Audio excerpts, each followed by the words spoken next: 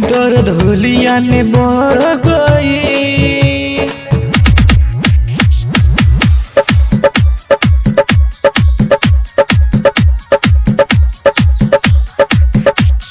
DJ Kundan Raj हर सीधी।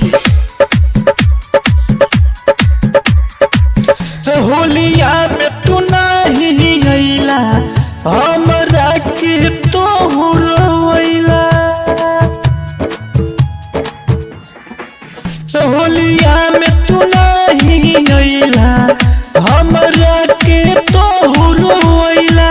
कैसे बीती होलिया सैया जार के, ओ सैया जार के। दर्द होलिया में बढ़ गईल, आजा सैया रेल धाई के। दर्द होलिया में बढ़ गईल, आजा सैया रेल धाई के।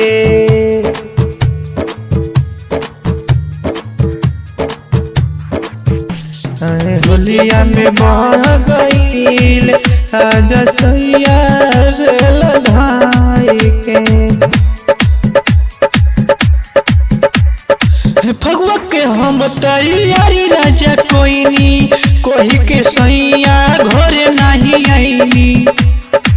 फगुआ के हम तैयारी राजा कोइनी, कोही के सैया घरे नहीं आईनी। तोहरा के नहीं कहनी, अपन दुख ना बतैनी। लाग होली या में रोइब असु कह के, हो असु कह के। दर्द होलिया में बढ़ गईल, आजा सैया रेल धाई के। दर्द होलिया में बढ़ गईल, आजा सैया रेल धाई के।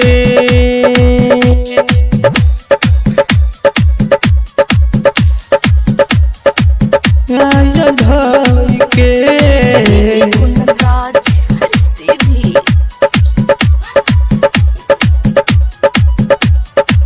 देव नारायण बोलम नहीं ओइनी, अशोक होलिया तू रंग न लगैनी। देव नारायण बोलम नहीं ओइनी, अशोक होलिया में रंग न लगैनी।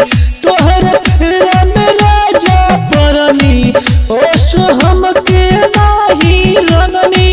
जीव छोड़ राजा दिधाई के, होब की धाई के। दर्द होलिया में बढ़ गईल, आजा सैया रेल धाई के।